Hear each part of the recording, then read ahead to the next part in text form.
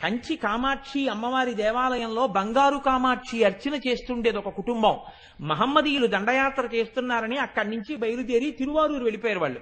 తిరువారూరు వెళ్ళిపోయినప్పుడు ఆ తిరువారూరులో త్యాగరాజస్వామి వారి కోవెల అంటే పరమశివుడి యొక్క దేవాలయం. త్యాగరాజస్వామి వారి దేవాలయంలో బంగారు కామాక్షి విగ్రహాన్ని పెట్టి పూజ చేస్తుండగా ఆ కుటుంబాన్ని తంజావూరు మహారాజు గారు తంజావూరు రమ్మని అడిగారు. ఆ తంజావూరు వెళ్ళిపోయి అక్కడ ఉన్నటువంటి దేవాలయంలో ముఖమంటపంలో బంగారు కామాక్షిని పెట్టి పూజలు చేశారు. అమ్మవారిని రక్షించుకోవడానికి ఆ కుటుంబం పడినటువంటి పాట్లు చూస్తోంది అమ్మవారు. మీకు ఎంత భక్తిరా నేనంటే అనుకుంది.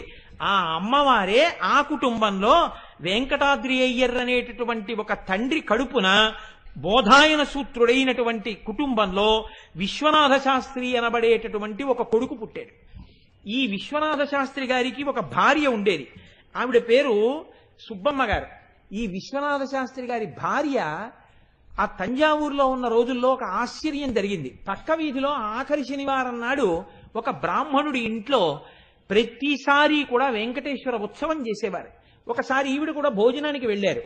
అక్కడ ఒక వ్యక్తి పూనకం వచ్చి ఊగిపోతూ విశ్వనాథ శాస్త్రి భార్య ఏది అని అడిగారు. అడిగితే ఆవిడ ఎదురుగుండా వచ్చి నమస్కారం పెట్టారు.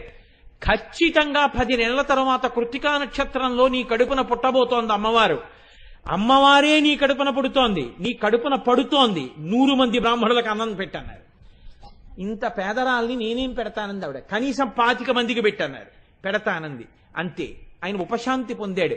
ఖచ్చితంగా 10 నెలలు దాటిన తర్వాత ఆవిడ కడుపున ఒక పిల్లవాడు పుట్టాడు. ఆ పుట్టినటువంటి పిల్లవాడికి వెంకట సుబ్రహ్మణ్యం అని పేరు పెట్టుకున్నారు. కానీ పిల్లవాడు నల్లగా ఉంటాడని శ్యామశాస్త్రి శ్యామశాస్త్రి అని పిలుస్తూ ఉండేవారు. ఈ శ్యామశాస్త్రి గారు పుట్టుకతోటే అమ్మవారి యొక్క అంశ కలిగినటువంటి వారు. మేనమామ గారు కొద్దిగా సంగీతం నేర్పారు. ఆయన అందరిలా మంత్రాలు చదవకుండా ఒక రోజున తండ్రి గారు ఏదో ఊరు వెడితే కామాక్షి అమ్మవారి దేవాలయంలో కూర్చుని ఒక ధనికుడు వచ్చి అక్కడ నిలబడ్డాడని కూడా చూసుకోకుండా ఆ శ్రీ సూక్తాన్ని ఎంతో అందంగా చదువుతూ పూజ చేస్తున్నారు.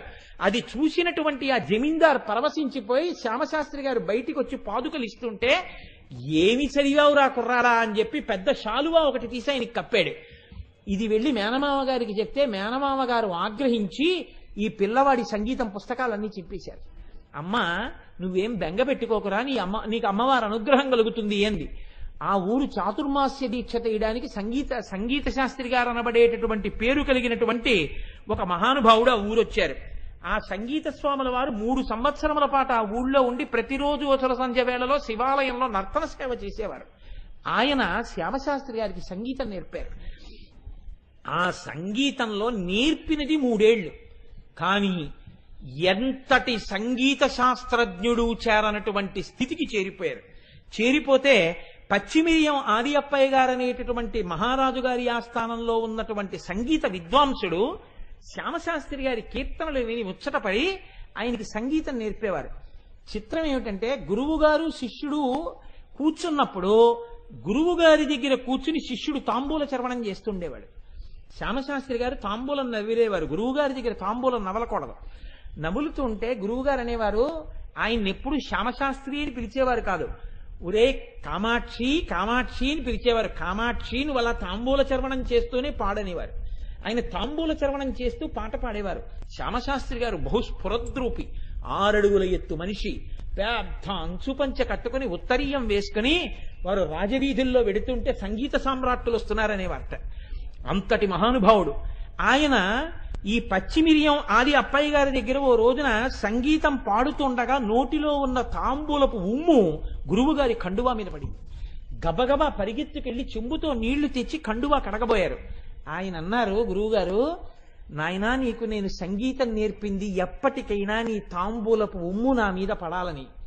నాకు తెలుసురా నాయనా, నువ్వు పురుష రూపంలో ఉన్న కామాక్షి అమ్మవారే మీ పెద్దవాళ్లు చేసిన సేవకి ఇలా అవతరించి సంగీత శాస్త్రజ్ఞుడిగా వచ్చింది.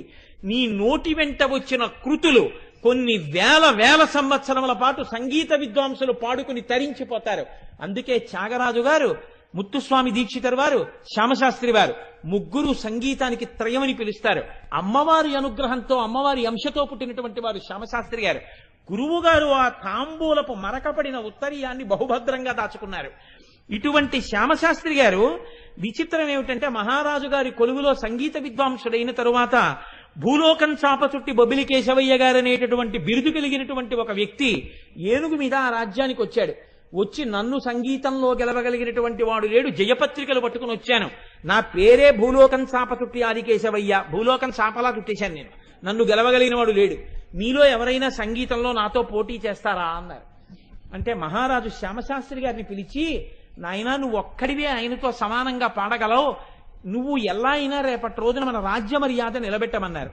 తప్పకుండా నేను అలాగే చేస్తానని శ్యామశాస్త్రి గారు ఆ రోజు రాత్రి కామాక్షి దేవాలయంలోకి వెళ్ళి అమ్మవారిని బ్రోవ సమయమిదే జనని అని కీర్తన చేశారు. అమ్మవారి యొక్క మెడలో నుంచి ప్రకాశిస్తున్నటువంటి పువ్వులు కింద పడ్డాయి. ఓ నాకు జయం కలుగుతుంది, అమ్మ నా పక్షాన ఉంది అనుకున్నారు. మరునాడు రాజుగారి సంగీత సభకి వెళ్ళారు. వెళ్ళి కూర్చున్నారు. కూర్చుంటే ఇద్దరు మొదలు పెట్టారు. ఆయన తానాన్ని ఆలాపించడం మొదలుపెట్టారు. ఎంత గొప్పగానో తానం పాడిన తరువాత శ్యామశాస్త్రి గారు కూడా తాన ప్రస్థానమనందు మంచి నైపుణ్యం ఉన్నవారు. ఈయన కూడా తానం పాడి అన్నారు, మీకు నేను ఒక నియమం పెడుతున్నాను, మీరు తల ఊపకుండా తానం పాడండి అన్నారు. అమ్మవారి అనుగ్రహంతో అమ్మవారిగా ఉన్న వ్యక్తికి అవతల వారి బలహీనత తెలుసు, తల ఊపకుండా తానం పాడలేడు. సంగీతంలో నిజంగా తానప్రస్థానం చేసేటప్పుడు ఎవరు తల ఊపకుండా తానప్రస్థానం చేస్తాడో వాడు మహావిద్వాంసుడని గుర్తు. ఈయన తల ఊపకుండా ఆదికేశవయ్య గారు తానప్రస్థానం చేయలేకపోయారు, కానీ తల కదపకుండా తానప్రస్థానం చేశారు శ్యామశాస్త్రి గారు. ఆయన అక్కడికే కంగారు పడిపోయాడు. ఇంతలో సింహనందన తాళం అని చెప్పి దాన్ని అందరూ పాడడం చాలా కష్టం. ఆ సింహనందన తాళంలో ఆదికేశవయ్య గారు ఒక గొప్ప కీర్తన చేశారు. చేసి ఏది నువ్వు కూడా ఒక కీర్తన చేయి అన్నారు. అంటే లోకంలో గుడిగోపురాల మీద ఉంటుంది శరభం అని ఒక మృగం, అది ఈ సింహాన్ని కూడా తినేస్తుంది.